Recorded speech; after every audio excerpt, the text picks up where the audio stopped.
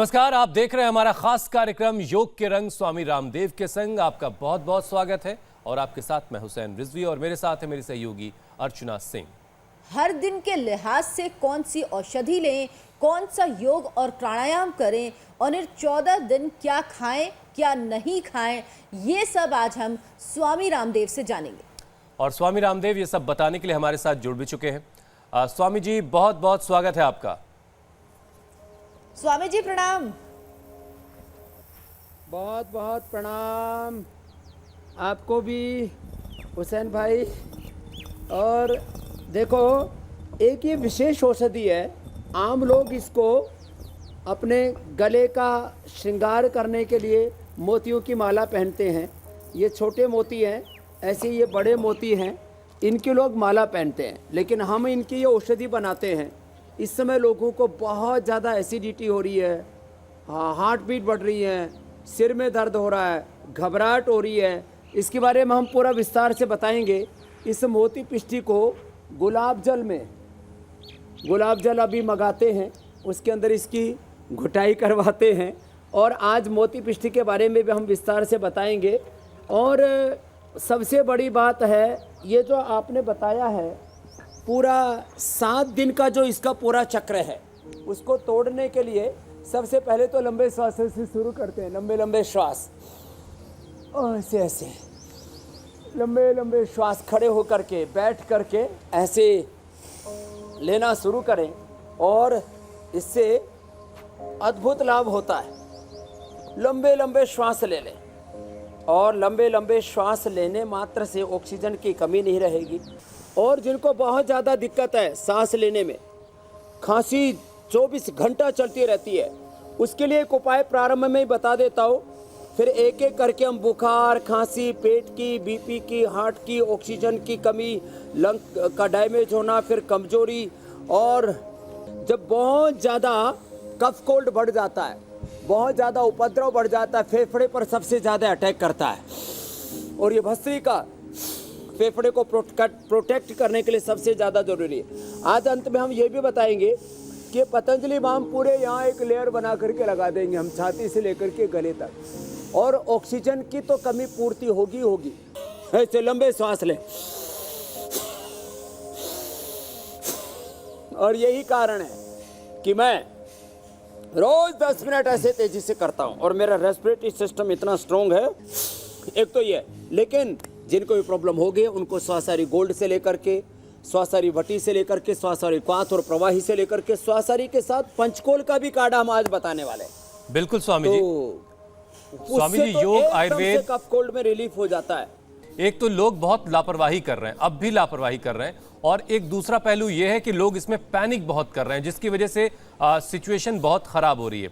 योगाभ्यास, प्राणायाम और आयुर्वेद का सहारा तो है ही है, लेकिन ये दो चीजें कैसे हटानी है, एक तो लापरवाही लोग कैसे बंद करें, उसके लिए थोड़ी डांट लगा दीजिए, और पैनिक को कैसे कंट्रोल करना है वो भी जरा समझाइए।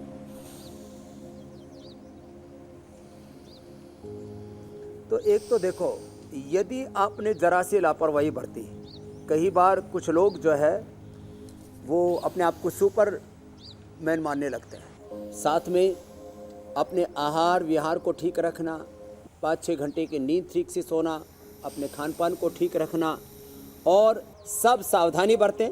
रोज कम से कम भस्त्रिका, कपालभाति और ये अनुलोम विलोम, 3 प्राणायाम तो जरूर करें। जिनका बीपी बढ़ा हुआ है, जिनका स्ट्रेस बढ़ा हुआ है, जिनको एंजाइटी बहुत है, घबराहट बहुत है, तो शीतकारी भी कर लें।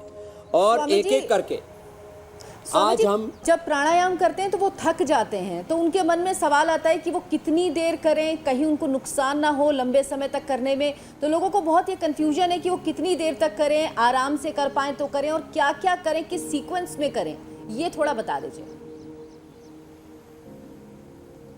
देखो, सीक्वेंस सबसे पहले भस्त्रिका आराम से करें। देखो, ये तो तेजी वाला, तो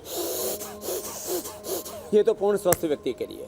जिनका मध्यम बल है तो ऐसे करें, और बहुत ही कमजोर हो गए तो 30 से 60 स्ट्रोक वाला कपालभाति ऐसे करें। फिर इसके बाद सीक्वेंस में उज्जाई करें, बहुत धीरे धीरे श्वास लेना करीब 10 सेकंड लग जाते हैं ऐसे भरने में।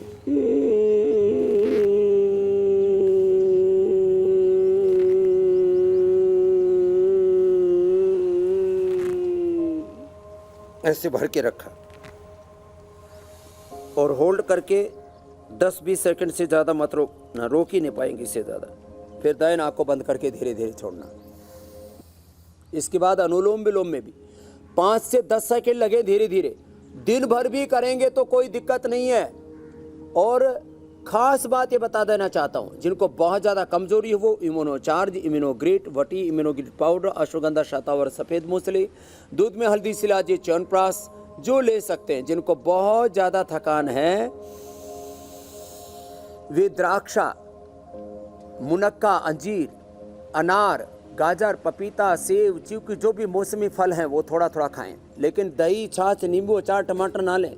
एक वैद्य किसी डॉक्टर ने किसी रोगी को बोला, कल ही मेरे पास फ़ोन आया किसी बोले, उन्होंने कहा आप जो ठंडे पानी से स्नान करो, ठंडा पानी ही पियो और छाछ पियो, ऐसा काम ना करें। अब बताओ, कुछ वैद्य और कुछ डॉक्टर ऐसी ऐसी सलाह देते हैं, ये गलत बात है।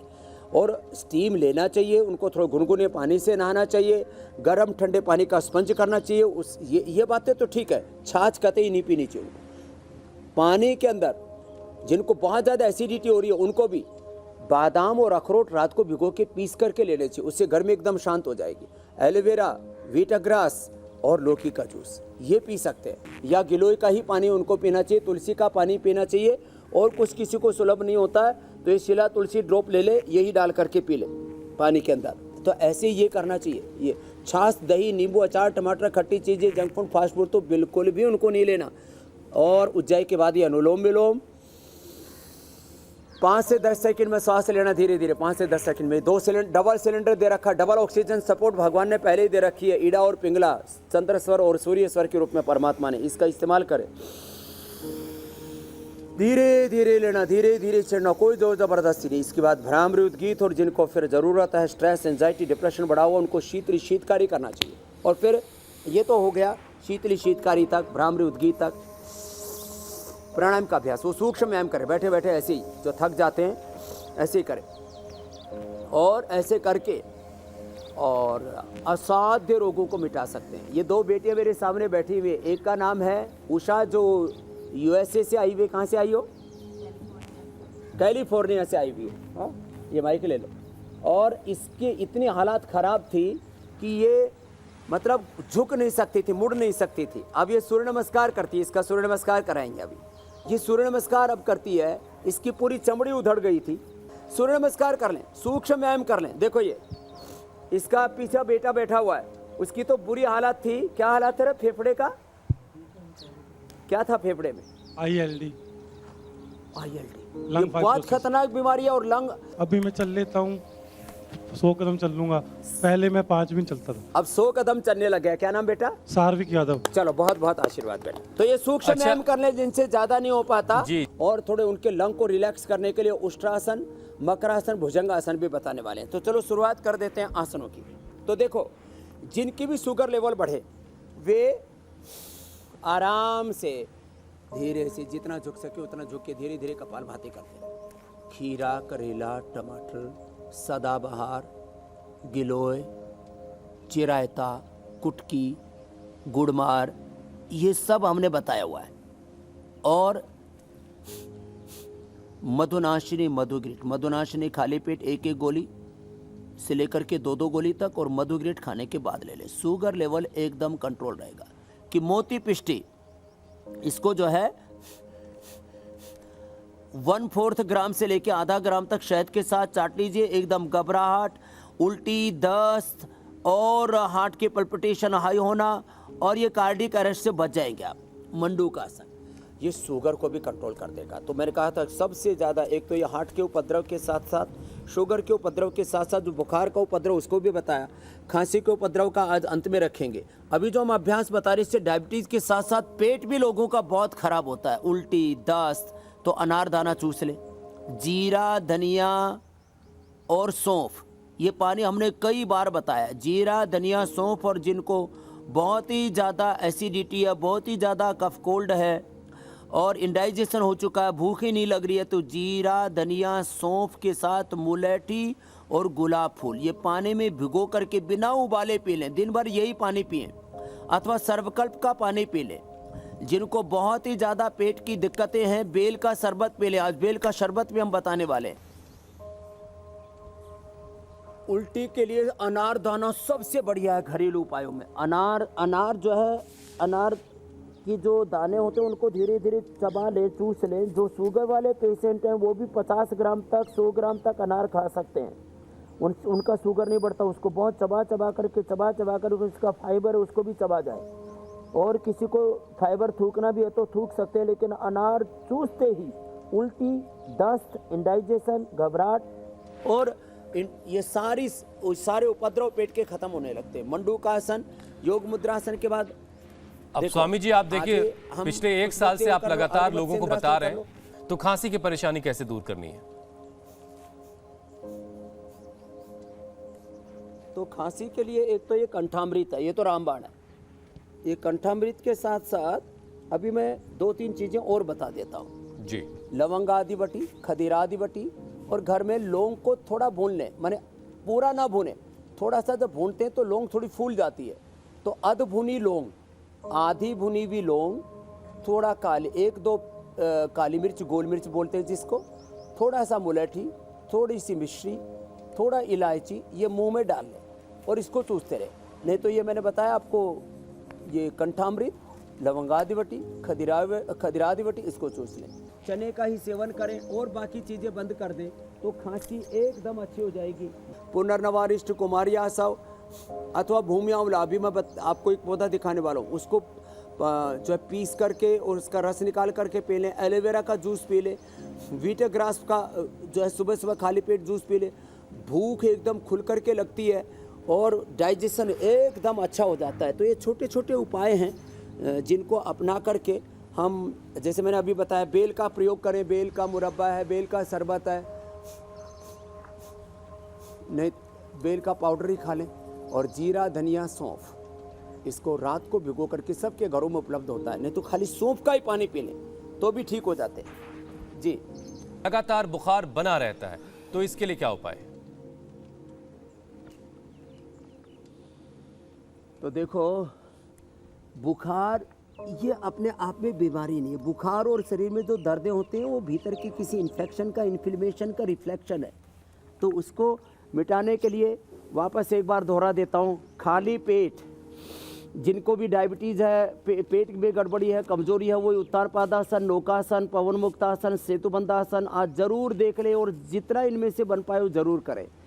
तो खाली पेट सुबह सुबह सरसों का तेल, मैं तो कम से कम महीने में एक बार 2-2 चम्मच डाल लेता हूँ। रोज़ डालने की फुर्सत नहीं होती है, तो 1-2 बूंद से लेकर के 1-2 चम्मच तक सरसों का तेल नाक में डाल सकते हैं। सरसों का तेल, अणु तेल, षडबिंदु तेल, और बहुत नाजुक प्रकृति के हैं तो हम बताते हैं कि भाई आप बादाम रोगनी डाल लो, और फिर स्वासारी खाली पेट ले लो, खाने के बाद कोरोनिल ले लो।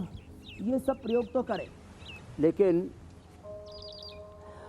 जो है बहुत ज़्यादा जब ज्वर बिगड़ जाता है, इतनी हालत ख़राब हो जाती है, तो ज्वरनाशक क्वाथ, अब इसमें एक किसी को द्रव्य पीना हो तो कुटकी का काढ़ा पी सकते हैं, कुटकी का चूर्ण ले सकते हैं, और चिरायता ले सकते हैं, नहीं तो ज्वरनाशक क्वाथ ले सकते हैं। ज्वरनाशक वटी, सुदर्शन घनवटी और गिलोय घनवटी खाली पेट एक, और खाने के बाद लक्ष्मी विलास, संजीवनी और त्रिभुवन कीर्ति एक ये खा लिया तो 100% बुखार ठीक हो जाता है मेरे भाई। और इतना ज़बरदस्त है ये उपाय, मैंने ऐसे हजारों रोगियों को जिसका किसी भी कारण, किसी भी दवाई से बुखार नहीं उतर रहा था, दिन भर जो है पैरासीटामोल, क्रोसिन से लेकर के अलग अलग प्रकार के और तमाम तरह के उपाय करने के बावजूद भी जिनका बुखार ठीक नहीं हो रहा था, उनका भी इसी उपाय से पूरी तरह से बुखार ठीक किया है। खाली गिलोय का पानी पीने से और गिलोय घनवटी से ठीक हो जाता है। मैंने तो एक क्रिटिकल जो बहुत जटिल ज्वर होता है ना, उसके लिए भी उपाय बता दिए। बिल्कुल बिल्कुल स्वामी जी, तो कब्ज और कोलाइटिस के लिए कोई उपाय बता दें। एक तो ये पवन मुक्तासन आराम से करें। कब्ज के लिए सबसे अच्छा होता है त्रिफला, रात को ले लें। गोधन अर्क भी पी लें। गोधन अर्क तो इतना जबरदस्त है, सुबह उठते ही पी लो। सुबह उठते ही आंवला, एलोवेरा, गिलोय, तुलसी, नीम, वीटग्रास, ये जो उपाय बताते हैं, ये सुबह सुबह ये भी पानी में पीने से कब्ज दूर हो जाता है। सुबह उठ करके 2 चम्मच, जैसे उषा ने तो अपना भयंकर जो है सोराइसिस की भी एडवांस स्थिति को ठीक किया, उसके साथ में जो बगल में बेटी है उसने भी अपना सोराइसिस 70% अच्छा कर लिया है। वो सोराइसिस को भी मिटाता है, कैंसर में भी लाभदायक होता है, कब्ज का तो दुश्मन है। गोधन अर्क और भीतर से पूरी बॉडी को सैनिटाइज कर देता है, पूरा शुद्ध कर देता है। शुद्धिकरण और सशक्तिकरण का सबसे अच्छा उपाय है। और फिर पवन मुक्तासन, उत्तान पादासन ये जरूर करें, और बैठ करके जो है मंडूकासन और योग मुद्रासन। तो जिनको भी कॉन्स्टिपेशन है वो गोधन अर्क लें, वो आंवला, एलोवेरा, गिलोय, तुलसी, वीटग्रास ये उपाय अपनाएं। चबा चबा करके खाना खाएं, और खाने में अनार, पपीता, चीकू, सेब, फल का प्रयोग करें। सलाद और सलाद का ये खाने के पहले लें। और एक खास बात ये बताना चाहता हूँ, देखो कब्ज जिनको है वो त्रिफला भी शाम को ले सकते हैं, वो अभयारिष्ट पी सकते हैं। जिनको कब्ज है वो दिन भर ये सर्वकल्प का पानी पी सकते हैं। इससे भी ज़्यादा खतरनाक हो जाता है, कपालभाति तो पेट के लिए ज़बरदस्त है। कोलाइटिस के लिए गंगाधर, बिलवादी 50-50 ग्राम, और शंख कपर्तक, मुक्ता शुक्ति 10-10 ग्राम, और ये पाउडर ले लेते हैं 3-3 ग्राम, और कुटज घनवटी 4-4 गोली सुबह दोपहर शाम 3 बार खिला देते। पहले ही दिन से कोलाइटिस ठीक हो जाता है। किसी किसी को भयंकर दस्त लगे हुए, एक डोज में ही 4 गोली कुटज घनवटी खाई और कोलाइटिस और दस्त खत्म। आज आप बेल का शरबत और पंचकोल का काढ़ा, तो मोती पिष्टी, ये सारी चीजें बताने वाले थे। तो देखो, एक तो ये मोती पिष्टी ना, ये ऐसे तैयार होती है।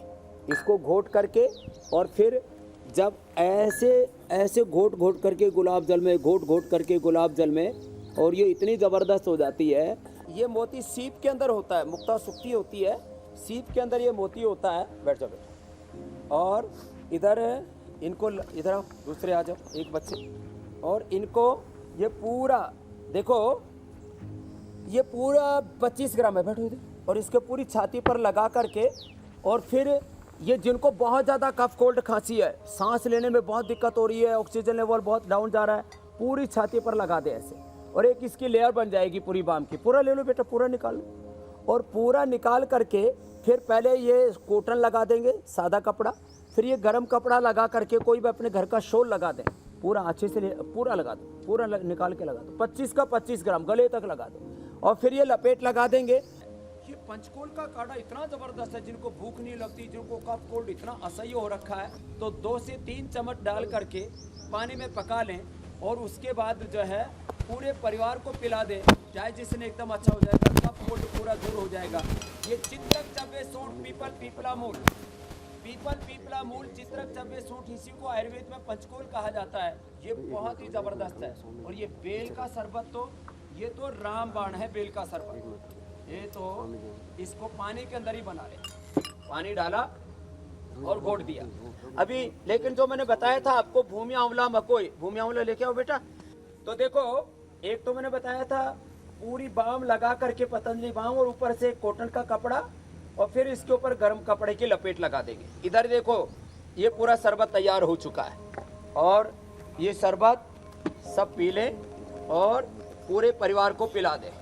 और ये मैं आज बता रहा था, पीपल, पीपला मूल, चित्रक, चव्वे और सौंठ, ये पंचकोल का आज काढ़ा बताया है। ये काढ़ा भी देखो बन करके तैयार है।